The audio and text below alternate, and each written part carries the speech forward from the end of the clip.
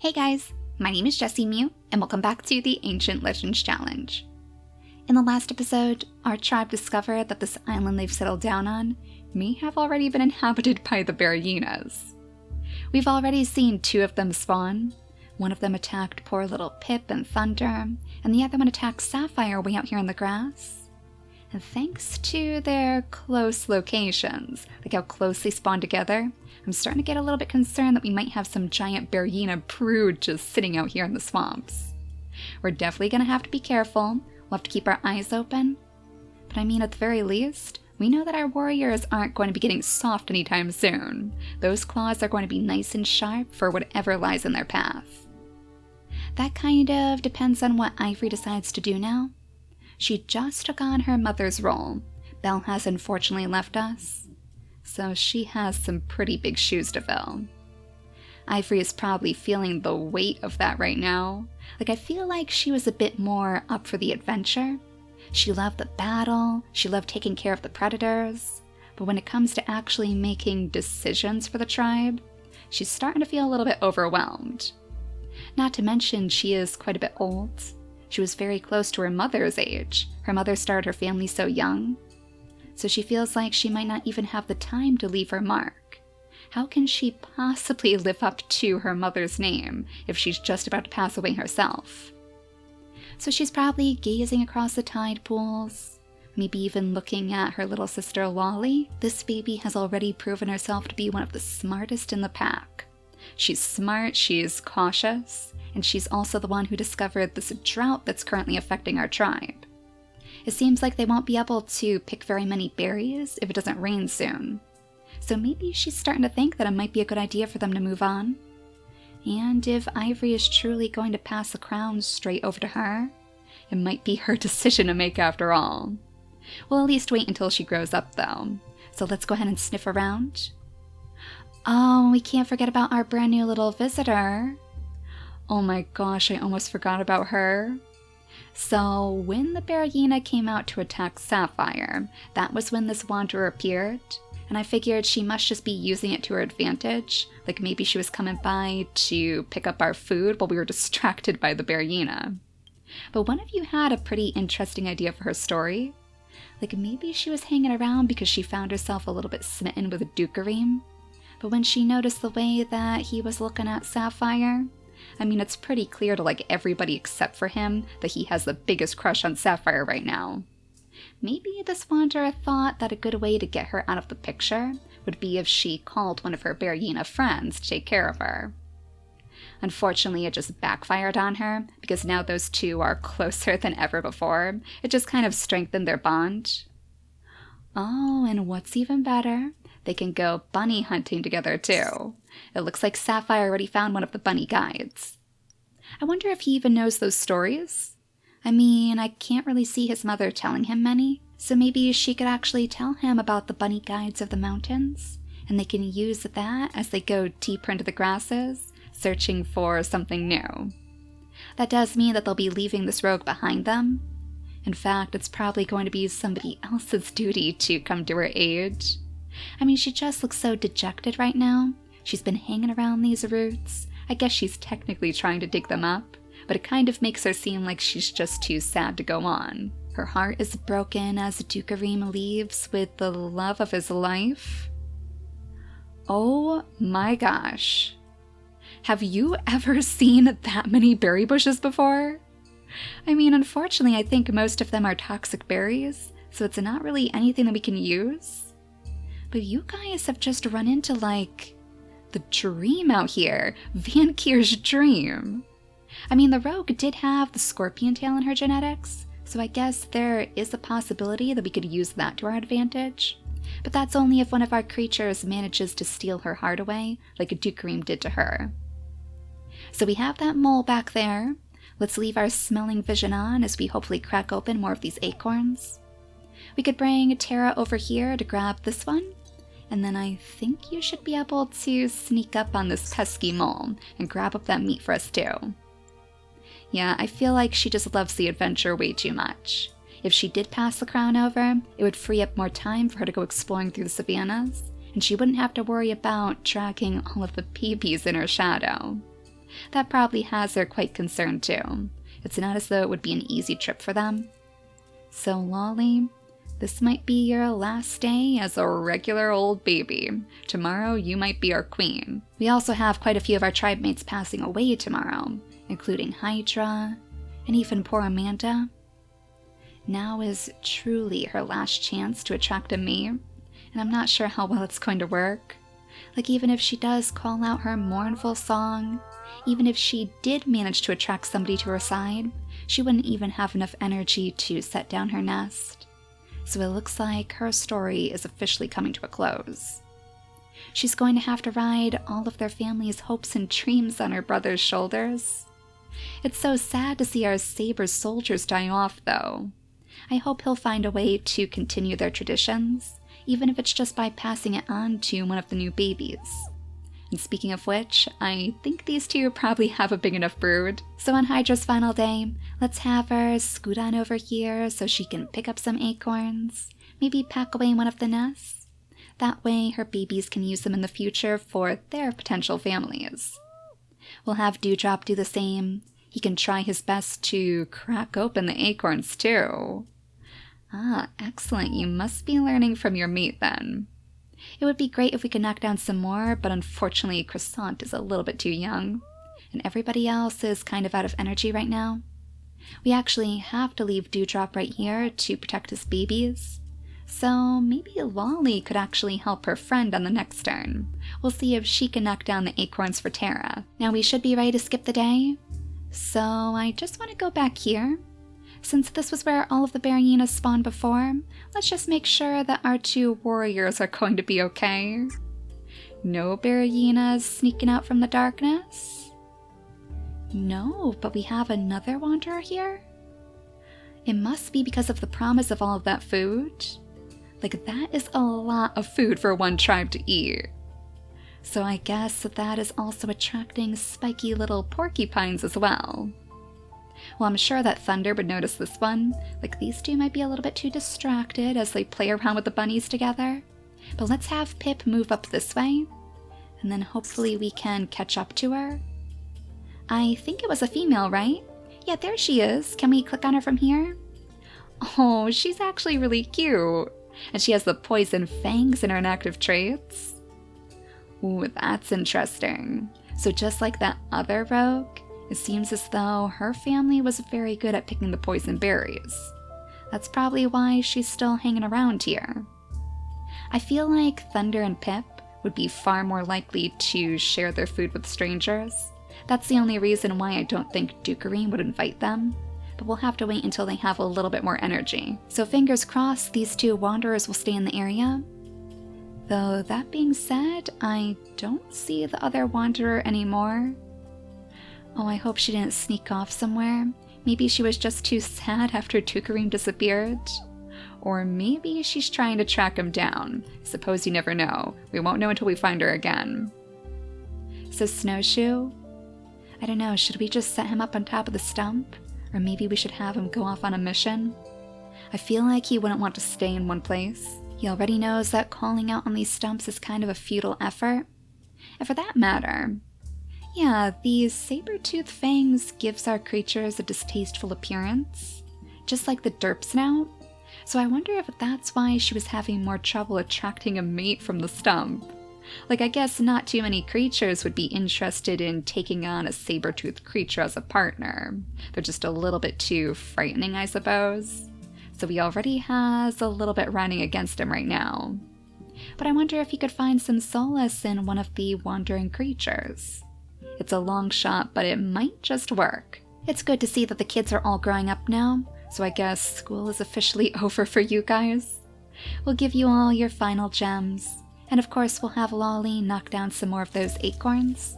You can scoop up every last one, and maybe you could even show your family how to do it too. I mean, technically she's not related to Dewdrop's babies, but I feel like he would still take care of her like she was.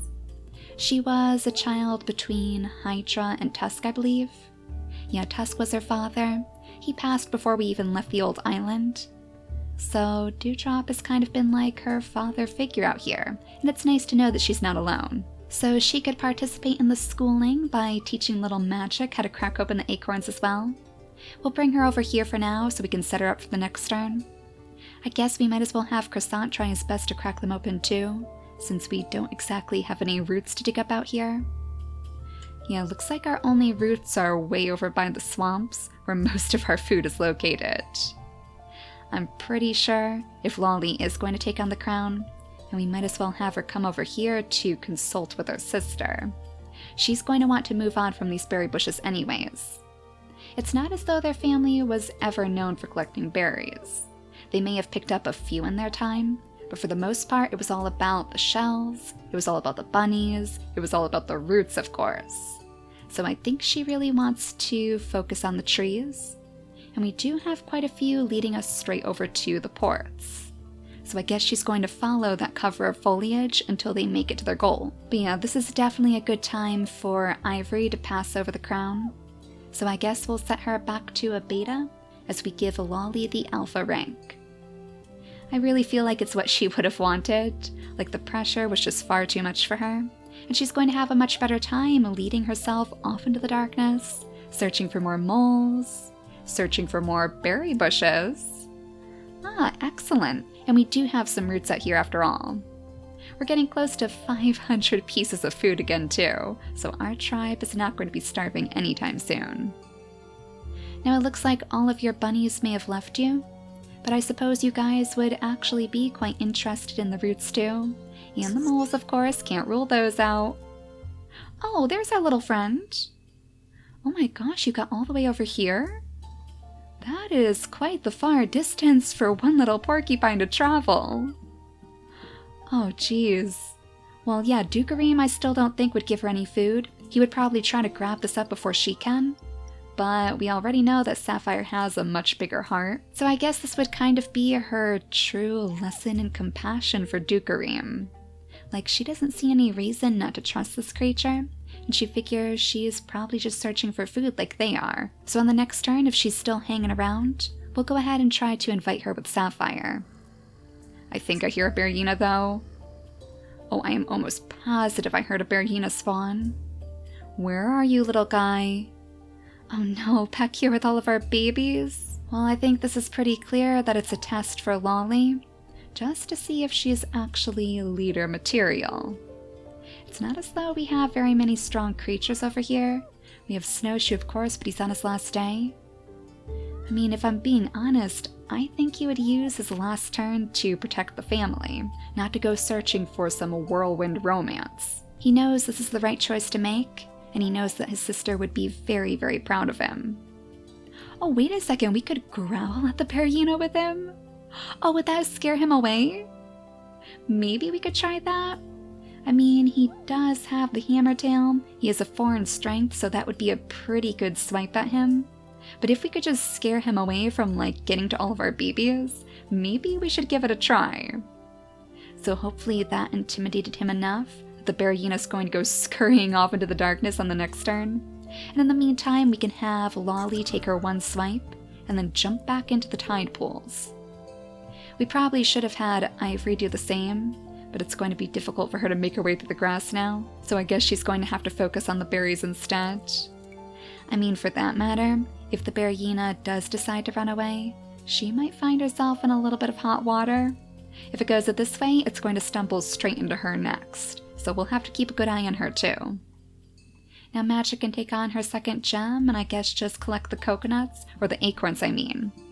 We might even bring her a little bit further away from all the action, just so we don't have any accidents. It's probably Dewdrop himself who's ushering all of his babies in the other direction. We could even have Croissant go behind the rock maybe. He strikes me as somebody who would probably be a little bit more timid, so after he knocks down some more of those acorns, we'll have him jump way, way behind his half-sister. Terra then should have some more food to collect. And Dewdrop? What are we going to have you do? He might not be the strongest, but he is their teacher, so I feel like he would want to get in on the fight too. He's going to fight right alongside his leader if it's the last thing he does. I guess Terra will kind of be our last line of defense. That way if the Berryina does get a little bit too close to her siblings, she'll be able to take care of it. Now, how about that rogue back here? We got completely distracted by the Berryina, but I hope she's still around. Alright, it looks like she's making her way toward the shore, so you might still be able to catch up with her, Sapphire. Oh, Dukareem, you must be looking at those bunnies right now. I don't think he can resist. Yeah, he's gonna have to grab that one up for us. And it looks like the fresh meal may have attracted Ramay right to his side. I'm a little bit concerned about that other rogue. I'm sure that Pip and Thunder are too. We'll have to see if they can track her down. But for now, Sapphire, come on over here as she steals the meat. Oh, Dukareem, she is really not putting herself on your good side, is she? Well, we'll offer her up a little bit of extra food. Sapphire would probably just try to explain that she's like starving out here, but that would be a bit difficult for him to swallow as well. He's probably like, really? Really, you're starving? We have so much food and you're swiping ours instead? I mean, he has compassion. He does have a big heart deep down beneath that dark red fur of his, because we know already that he would never leave a creature to freeze in the snow. But I guess food is a little bit different, or maybe it's not so much the food, but the fact that he wants to keep it for Sapphire. Maybe he's even thinking about asking her to start a family, and he hates to think that they won't have enough food to feed their babies, all because of one greedy porcupine. Well, at least it should be much easier to manage her now that we're actually controlling her, Dukareem, so don't worry. We should be able to find you guys a pretty good spot to set up. Should we keep them by the swamps? I mean, I feel like that would be a little bit too dangerous, because if it does rain, they might end up with the sleeping sickness. So despite all of the food they have over here, I think we're going to have them go toward, well, the ports. I guess we might as well. We could have them set up a little base over here, so that way when the Berryina trouble is over, everybody can just regroup right underneath that shady tree. So come on into the water with all of your little fishy friends. Maybe you can scoop up some of those on the next turn. And I suppose Ramay can repay all of your kindness by showing you guys her home. Maybe this is where she used to wander? We'll bring Sapphire all the way over here so she's not underneath the coconut tree. And then it's just down to you guys. We still have your little crabbit friends following you, probably wondering why you're not playing with their coconuts anymore. But we have that other wanderer to find. She was getting rather close to the end of her lifespan, so I'm a little bit concerned that we might be too late. I guess if we use our smelling vision as we go deeper into the grasses, it might be easier for us to track her down. After all, Thunder does have a pretty good sense of smell. And it looks like there is a nest out here. Well, that's mysterious. I wonder if this is where she was living after all? You know, there's always the possibility that she might be connected to this wanderer as well. Maybe she's trying to make her way back to her. Maybe they're even sisters. So I think we should be ready to skip the turn again. Unfortunately, we're going to see the end of our Saber soldiers here. I'm really sad that we didn't get to have a baby with him. But I mean, I guess this is going to work out in his favor. Not in Lolly's though. Oh my gosh, you poor thing. That didn't intimidate the Berryina at all, did it? Well, that's kind of sad. But at least the babies got to see his valiant sacrifice. They might not have the Saber fangs, but I do feel like Magic and Croissant, if nothing else, would be willing to take on his role. They would be willing to fight for all of our leaders when they can't finish the fight themselves. So how much more life does the Berryina have on it? 6 days remaining. Oh, Lolly, you might be able to take care of it yourself? Yes, there you go. So if these creatures had any question that you were the right one for the job, I think that is definitely out of their minds now. They know that you are going to make a wonderful leader. The only problem is she's a bit hurt now. So, do you think maybe we could find a healing fruit out here somewhere? It's not as though we have the snouts, but we do have a jungle on this island, so maybe there's a chance for her? We'll have to put those digging trunks to some very good use. I guess, Croissant, this might be your time to shine. While your sisters spend time underneath the acorn tree, we'll have them come over here and just sniff around. Oh no, the bunnies! Take care of the bunnies too, you guys. We don't need them stealing those few precious berries that we have. Oh my gosh! There is literally a healing fruit right here at the edge of their territory? You have got to be kidding me. Lolly, all of your prayers have been answered. I guess we could probably have Ivory carve a pathway over there. If we bring her right here? Oh, and there's even a nest. That's awfully fortunate. Well, we'll have her clear that out so you can get to it easier. You two for now are just going to have to focus on the food. We'll have Tara pick up that acorn and then scoot on over here for the rest. But then after this, and after Lolly heals of course, I think it's going to be time for us to move on. So that means we better have Dukareem scoot on up underneath the tree, see if we can find a good place for them to settle down their base. Honestly, if we could find a nest out here too, that would be perfect. That would definitely cement it in their minds that they were meant to start a family together. Oh my gosh, Sapphire.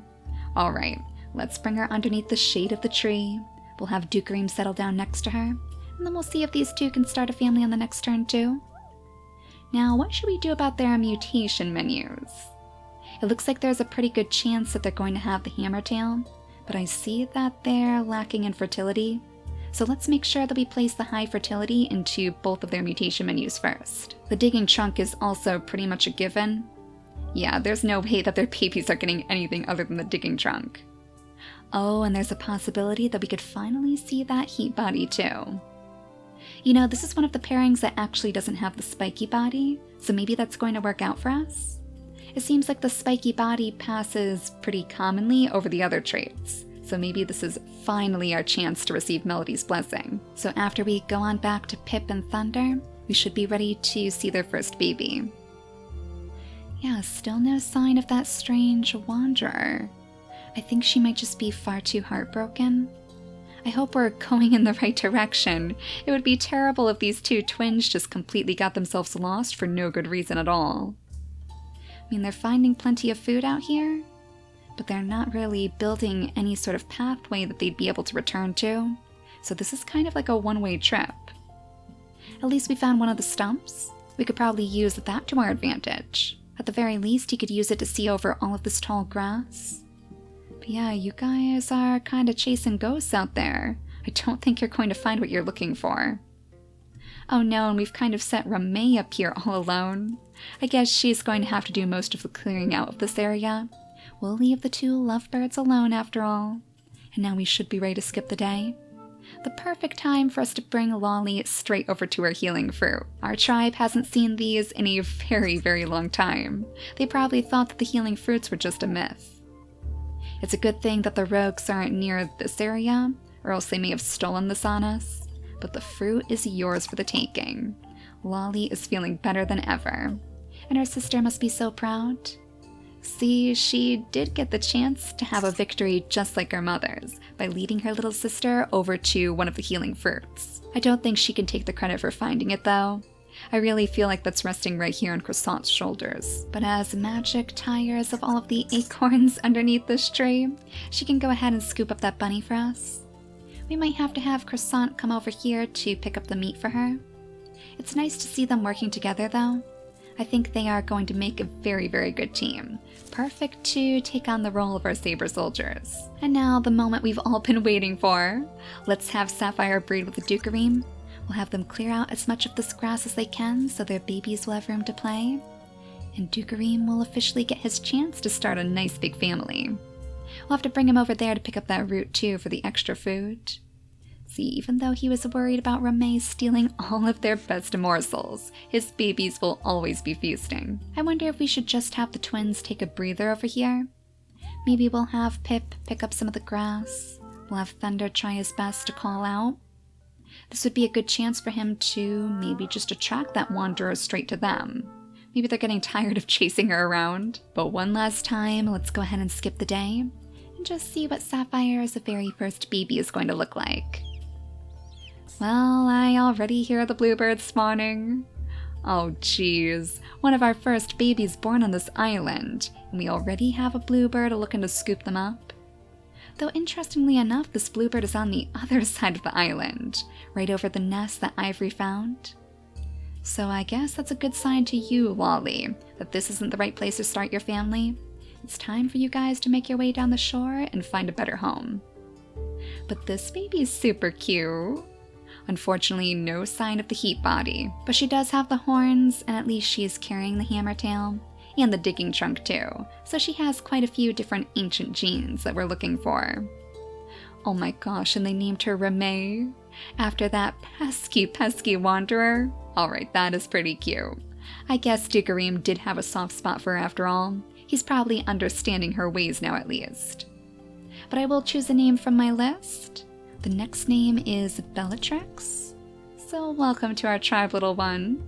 Hopefully that doesn't mean that you'll be going down an evil path like your ancestors. So in the next episode, now that Ivory has passed, now that her entire family has passed, I think it'll finally be time for Lolly to take the family down the shore, and we'll see if they can group up with the rest of the tribe. And as for you guys back here, like, I'm starting to get a little bit concerned that you may have gotten yourself into some trouble. Oh no! You've bitten off far more than you can chew. That is not the rogue that you were looking for. Oh, that is so disappointing. You know, I wonder if she may have passed. I feel like we may have missed our chance to invite her. It's too bad that Kareem wasn't willing to trust her, I guess. And it's too bad that she's not willing to trust our two little twins here. But for now, thank you all so much for watching, and I'll see you all next time. Bye guys!